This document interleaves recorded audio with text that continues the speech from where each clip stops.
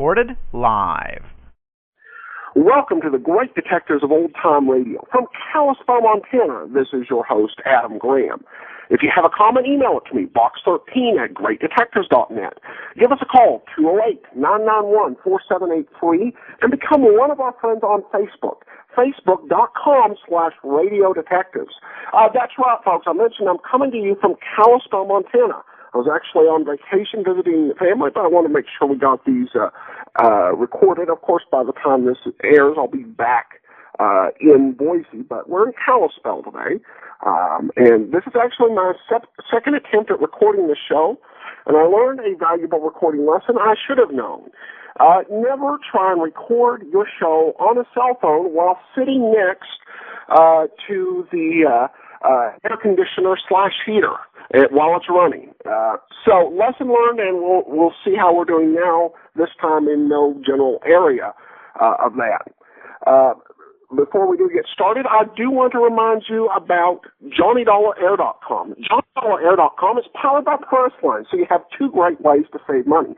Either choose from great published specials, or you can name your own price on hotels, rental cars, airline tickets, and even more. In fact, the hotel room I'm staying in right now got it a great deal on a published fare at right off of Priceline. So just remember, JohnnyDollarAir.com first when you're making your travel plans.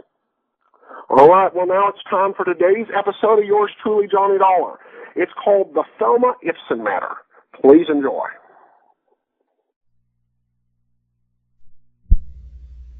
From Hollywood, it's time now for John Lund as Johnny Dollar. My name is DeFranco, Mr. Dollar. I'm with the Claims Division of Eastern Life and Trust. What can I do for you, Mr. DeFranco? Help me pay off a claim, I hope. Well, that's a new wrinkle. Yeah, one of our new policyholders passed away last month. We can't seem to locate his beneficiary. Well, maybe he doesn't want the money. It's a she. Everybody wants money, especially insurance money. Would you like to take a whack at it? What floor are you on, Mr. DeFranco? Fourth, 418. Just after you get off the elevator, turn to your left. Be there in an hour.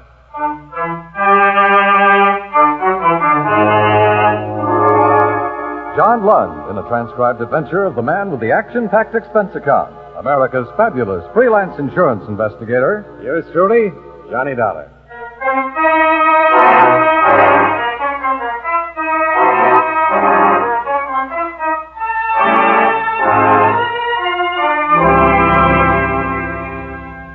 Expense account submitted by Special Investigator Johnny Dollar.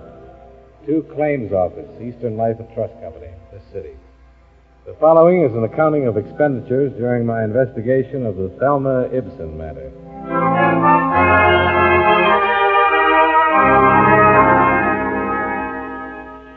Expense account item 1, 15 cents, bus fare, from my apartment to Milton DeFranco's office, where we got right down to business. The deceased was a man named John Linden. He made his living selling papers in front of the Metropolitan Building. Oh, on 3rd Street? Yes.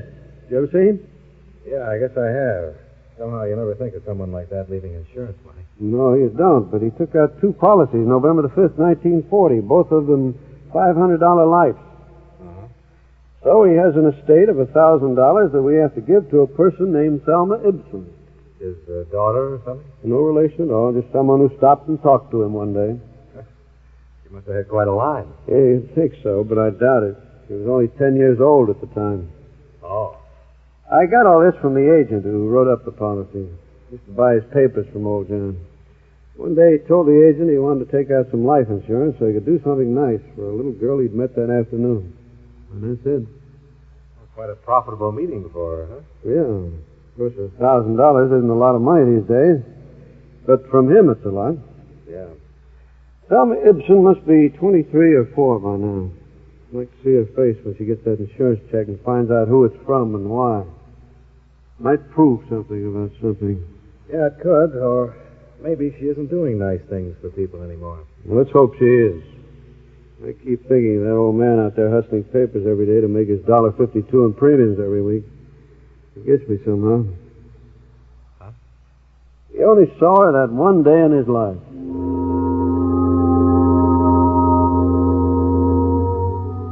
The local address for Thelma Ibsen was 213 Brainbridge. From neighbors, I learned that Thelma's parents had been killed in an automobile accident in 1945. She'd moved across town to live with an aunt, a Mrs. Mary Seeley. Mrs. Seeley died in 1950. Again, Thelma had moved. Where, nobody seemed to know. But they did know where she'd been working at the time. One of the girls there was brought into the manager's office. Yes. She quit without notice a couple of years ago. She just didn't come back. Were you a friend of hers? Yes. We were good friends. Used to have lunch together every day. We started here together, too. I see. Have you heard from her? No. Any idea where she might have gone? New York, I think. That's the closest place to go, isn't it? Funny she didn't write anybody or say anything when she left, don't you think? Yes, but Thelma was like that. Like what? Well, don't misunderstand me. She was a real sweet girl, but there was something you could tell about her right away when you met her. She had plans of her own, and she just kept them to herself. Mm-hmm. I don't suppose anything's happened to her. I'm just trying to locate her. Did she ever talk about going to New York? No. Well, what did she talk about? Oh, about meeting someone and getting married. Was she going with anyone when she disappeared?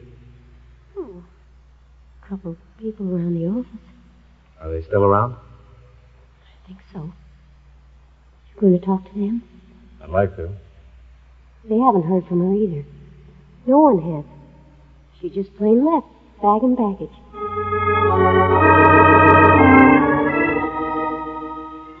At the apartment hotel where she'd been living since her aunt's death, I learned that Thelma Ibsen had suddenly checked out with all of her belongings around Christmas of 1950.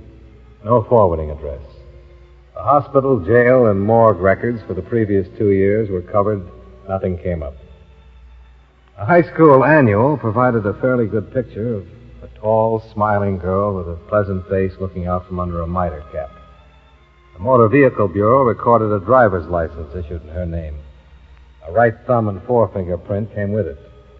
The picture, the prints, and all available information went into a file. Thelma Ibsen became a missing person.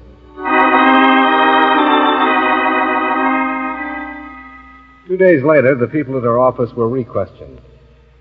And then one of them recalled a man that she had been seen with just before her disappearance. Expense account item 2, $15. Transportation and incidentals, Hartford to New York. For the purpose of locating a Mr. Floyd Turnbull for possible information concerning Thelma Ibsen's whereabouts. I made a list of the Floyd Turnbulls in the city directory and set out to interview each one. The right man happened to be number 5 on my list. Yes, of course I know Thelma Ibsen, Mr. Dollar. You say you're from an insurance company? That's right, Mr. Turnbull. Can you tell me where she is right now? I'm afraid I can't. Sit down, Mr. Dollar. Sit down. Thanks. Understand you knew her in Hartford. That's right, I did. She came here to New York with me. Oh? Let me assure you, there was nothing improper about it. I met Thelma when she was working in one of the offices I do business with there. And when I suggested that she drive to New York with me, I did it with the understanding that we were to be married here. I see. No one could have been more surprised than I when she disappeared. You mean here in New York? Yes. Well, when was this? It was Christmas Eve of 1950. Oh? Thelma was staying with my sister Edna in Westchester. I picked her up about 6 in the evening to go to a party. And we stopped for gasoline somewhere between here and Long Island. I left the car for a moment, and when I came back, she was gone. And you haven't seen her since? And I haven't seen her since. Well, did she leave a note in the car? Or message of some kind? Nothing, not a word. And she hasn't gotten in touch with you at all? No. She's never written? Never.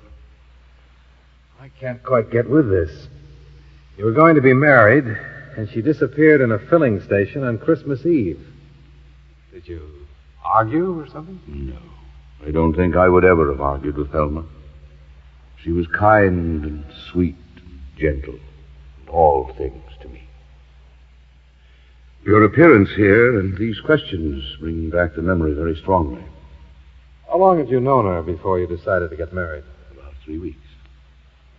Do you have any idea why she walked away? Yes, but I doubt if it's of any practical value to you. Well, any information I can get would be very helpful in locating her, Mr. Turnbull. All right, then. I think she was frightened. Of what? Of life, Mr. Dollar.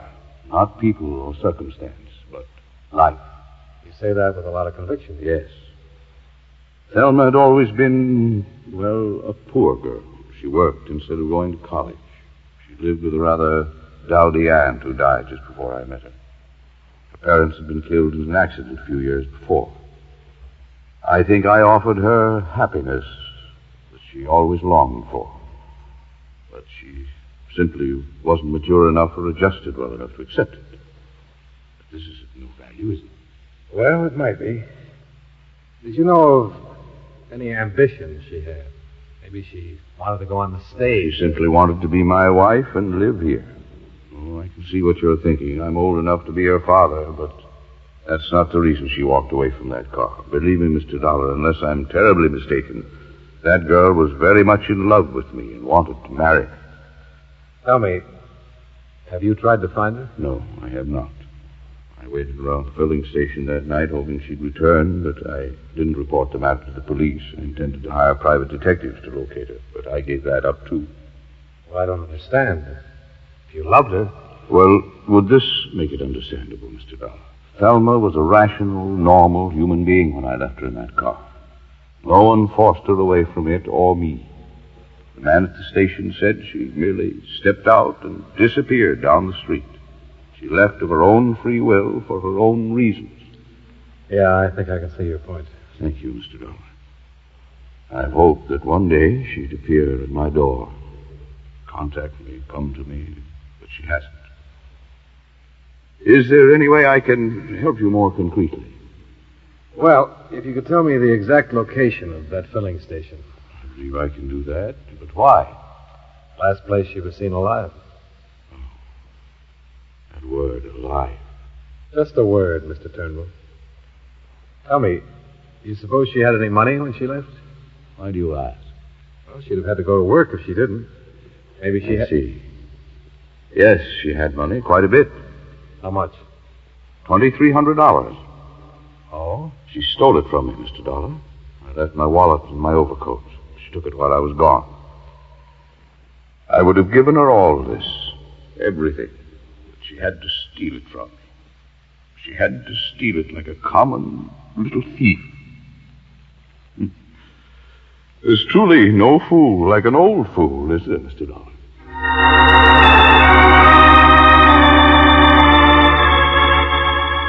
When I left Turnbull, it struck me. Here was the second elderly man in Thelma Ibsen's life. One had given her money which she wasn't around to receive, and from this one she'd taken money and didn't wait around to say thanks.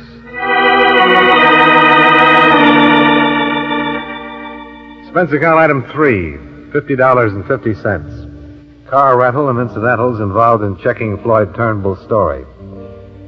A major oil company owned and operated the filling station where Thelma Ibsen had been seen last. Their payroll records named 3 attendants on duty Christmas Eve, 1950. I located and interviewed all 3. Enclosed fine statement of Earl Camden. Sure, I remember that chick. Better look in this picture, I'll tell you that. Well, anyways, she drove in with the old guy, see?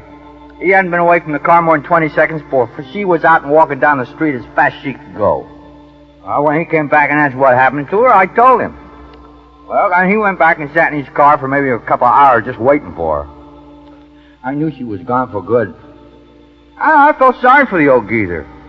She shouldn't have run out like that. Christmas Eve and all. Edna Turnbull Spencer, Westchester, verified her brother's story. Thelma Ibsen had left all of her clothes at the house. Mrs. Spencer had not heard a word from her since Christmas Eve of 1950.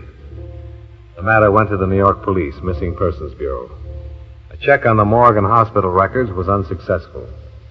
However, the police fingerprint files turned up an interesting lead. Misdemeanor, drunk, disturbing the peace. She was fined $25 a night, court April 25th, 1951. What's the address? 1212 Yardley.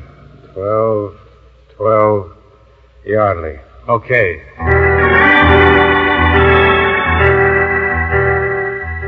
At the address on Yardley, I learned that Thelma Ibsen had moved 8 months before. Again, there was no forwarding address. The landlady turned out to be quite talkative, however. I'm glad, too, she moved from here, Mr. Dollar. I'd like to help you find her, but I'm awfully glad she moved from here. Well, why do you say that, Mrs. Prentice? Oh, noisy. Parties all the time. I run a quiet place for quiet people, you know. Yes, I'm sure, but... I thought she was the quiet type when she took the apartment, or I'd never have given it to her. She told me she was secretary, that she worked downtown. Did she say where? Oh, no. That she didn't work. How could she? She was out every night and slept most of the day. And then we used to come to see her. Honestly. You know any of them, Mrs. Prentice? Oh, no. Just men. All kinds, all sorts. See. Was she friendly with anybody in the building? No. Did she go with any particular man? I couldn't say. All I can tell you is I'm glad she doesn't live here anymore. I'm awfully glad.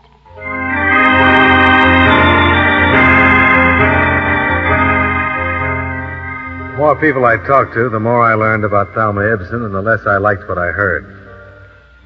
I went back to the city hall. It had occurred to me that hardly anyone is ever arrested for being drunk and disturbing the peace alone. I was right. The night court files revealed that Thelma Ibsen had been arrested with 8 other people. I took down their names and began to check them out. Number 6 down the line was a man named Unger, who was in the hosiery business. Yes, he remembered Thelma Ibsen very well. No, he hadn't seen her for 6 months, but he could tell me where she lived. He did. And I went there.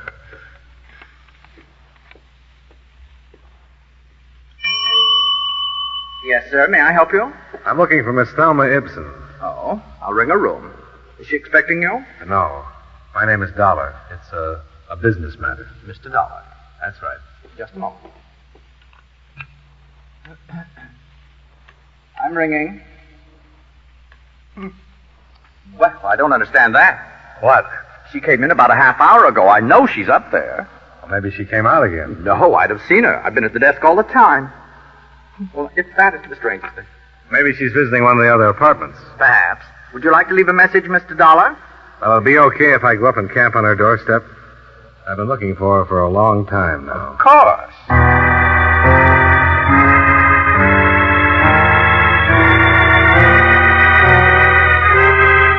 I took the elevator up to the 15th floor and walked down the hall to Thelma Ibsen's apartment. The door was standing partially open. All the lights seemed to be on. Miss Ibsen? Miss Ibsen? Miss Ibsen? Go back. Get away from this room. What? Get away or I'll jump. I'd found Thelma Ibsen, only she was standing on a ledge outside the window, all ready for a leap into eternity.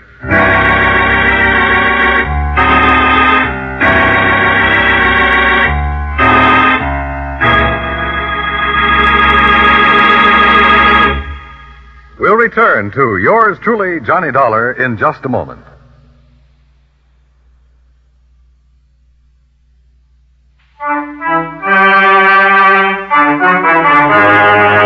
Now, with our star, John Lund, we bring you the second act of yours truly, Johnny Dollar.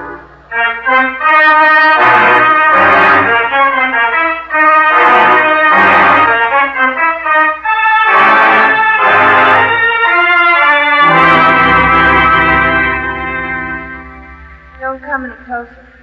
I won't. Thelma, What? you better come in now. You don't want to do this. I'm going to do it. It's cold out there. Don't you think you should come inside? I'm going to jump. Stay away now. Don't try to grab me. I'll do anything you say, Thelma. Okay. I never saw you before. How do you know my name? I've seen you. No, you haven't. I remember people. What? Just going to light a cigarette. You want one? No. Can I have one? All right. Where did you see me? In a picture. In your high school annual. You went to high school in Hartford. You know you. What's your name? Johnny Dollar? Are you from Hartford? Yeah. Step over there. Let me see your face in the light. No. You aren't from Hartford. You're lying to me. Mr. Dollar, I Go wanted away. to... Go away or I'll jump. Why, Miss Ibsen? Go on. Get out of here. Go ahead. Call the police. Yes, of course, of course. I heard you telling to call the police. I don't care. They can't stop me. Nobody can stop me. Maybe they won't even try, Thelma. Oh, I know they will. They'll talk to me just the way you're talking. They try to get close enough to grab me. I wanted somebody to call the police.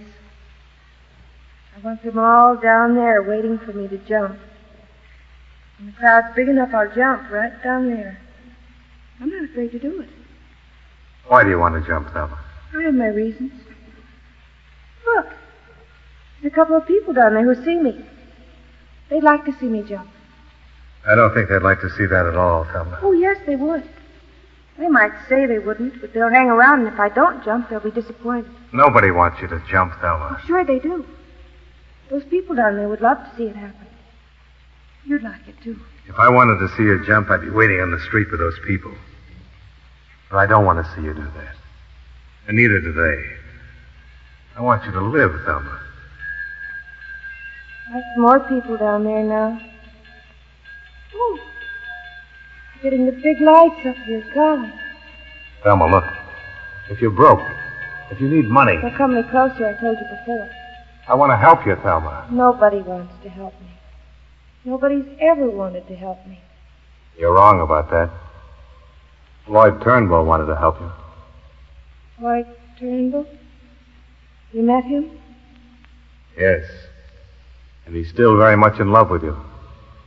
After I stole money from him and walked out on him? The money meant nothing to him. He still loves you, Thelma. Thelma? I don't love him. I never loved him. He thought so. He was just nice. Why did you leave him that way? I'm no good. Never have been, you know. I've never been any good to anybody. Would you like to talk to Floyd? No. I don't want to talk to him or anybody. I know. But after I jump, I want you to tell Floyd something. Sure. Tell him I meant to send the money back to him. I didn't think it was that much. Tell him I never was any good at all. But I left him because of that. All right. You can tell him I loved him. He'd feel good, I think. All right. Go back! I don't care who you are. Go back or I'll jump right now. Wait.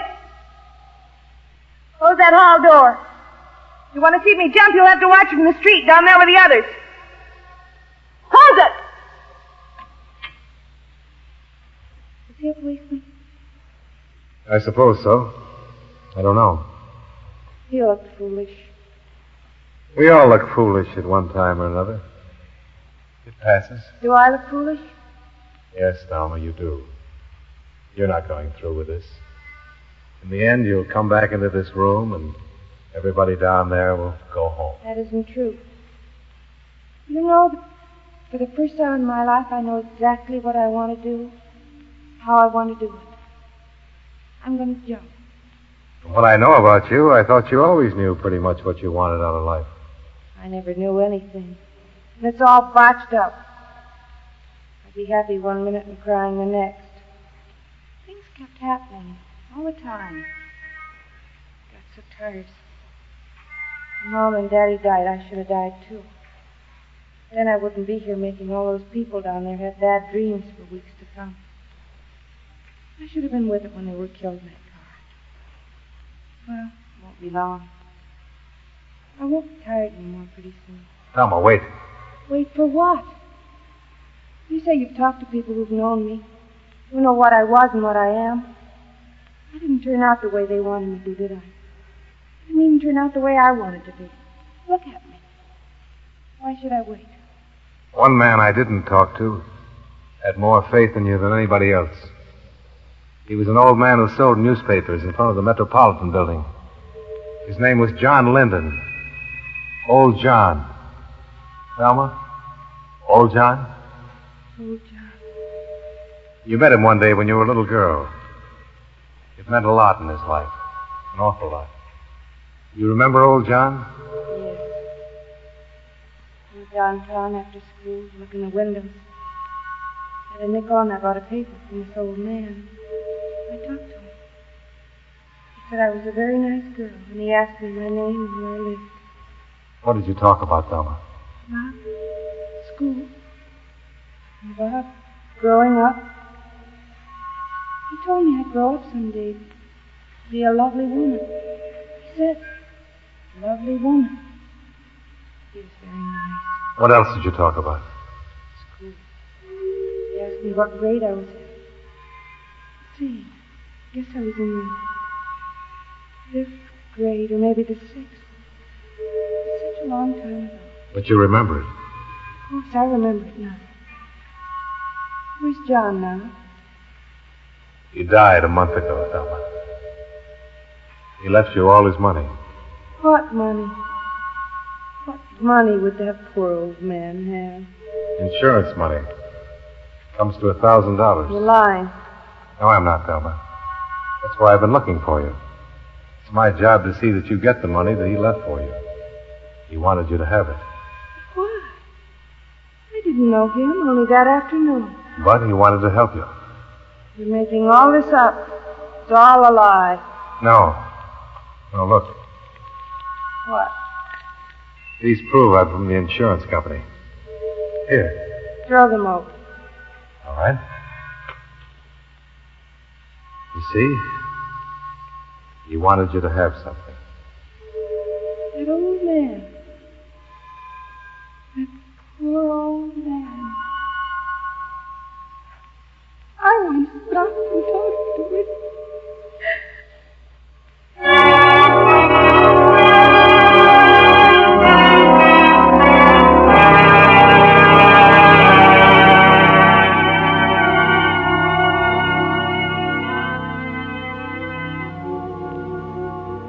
Expense account item 4, $3.50. Martinis.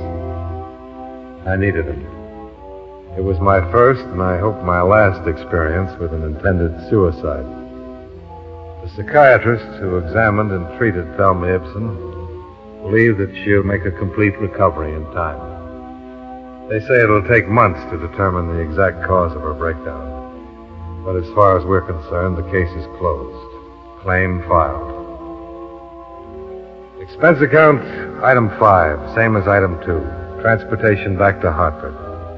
Total, $84.15. Yours truly, Johnny Dollar.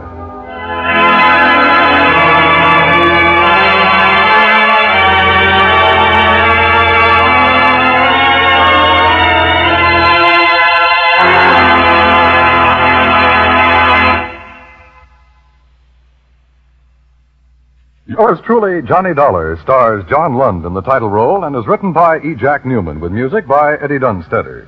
John Lund can currently be seen in the Universal International picture Just Across the Street. Featured in tonight's cast were Tom Tully, Jeanette Nolan, John McIntyre, Joe Kearns, and Virginia Gregg. Yours truly, Johnny Dollar, is transcribed in Hollywood by Jaime Del Valle.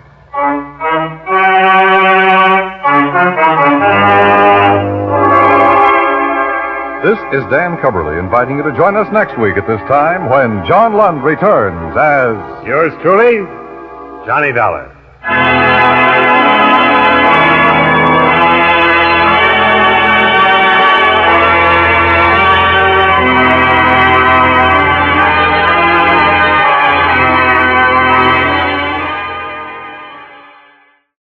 welcome back. Well, I have to say, one reason that John Lund may have suffered in comparison to Bob Bailey in terms of the Johnny Dollar comparisons is if you listen to the 5-minute Johnny Dollar or 15-minute Johnny Dollar serials that aired in 1955 and 56, it kind of makes some of the episodes look pale by comparison when you look at the Lund versions, from which they were often expanded into these 5-part stories. This is kind of the case here. The 15-minute serial version of this story, different characters, different locations, and a few different plot details, was a lot better and crisper than this particular version that we heard today. And I think this one, they almost spent a little too much time on the suicide thing, because everything after the commercial break was Johnny Dollar trying to talk this girl down, which is kind of odd for the genre. And I think Lund did a good job with the performance, but definitely not up there with the Bailey 15-minute serial take on this entire story. All right, well, we will have a John Lund extra for you. I'm not certain just quite what. He's got a wide variety of stuff, and probably on Monday when I'm back in Boise, which is actually the Monday before this show airs, but the Monday after I'm recording it. Nice and clear, I know. I'll pick something out, and it will definitely be good, and I think you will enjoy it. London just had a great deal of radio roles that were just fascinating. All right. Well, before we go, I want to get to some listener comments, and we've got those off of Podcast Alley. Comment from John: a thrilling look back into the past world of audio entertainment. It's a great joy to have such a window back into the past before iPads and telephones. Stay classy. And I have another one, Under the Duvet. I hope I'm pronouncing that right, with an iPod in the UK. Thank you. And enjoy the comments on the actors. It is amazing to hear of the past Hollywood stars who starred on old-time radio. Yeah, it really is. There are some shows that are pretty interesting from that point. You know, Alan Ladd, of course, is somebody that we associate with a lot of his tough guy movie roles, as well as the Western Shane. And to hear him in Box 13 was kind of interesting. Same thing with Hogart, even though Bold Venture's not a detective show. In Bold Venture, some of these radio shows, it kind of showed the ability of the actors just to act, because on radio, the actor, you needed really writers and actors. When you get into movies, a lot of it is the directing takes a big part of the role, where the camera pans, the cinematography. But it really depends on the actors on the radio to sell the story, and as well as the writers to provide a good version. So you really see the actors just putting on absolutely great performances on the radio. So definitely a lot more ahead, and thanks so much for the comment. We will be back, and hopefully with slightly better sound quality on Monday with Barry Craig. And then join us on next Friday for another episode of yours truly, Johnny Dollar. In the meanwhile, if you have a comment, send it to box13@greatdetectives.net. Give us a call, 208-991-4783, and become one of our friends on Facebook, facebook.com/radiodetectives. But from Boise, Idaho, this is your host, Adam Graham, signing off.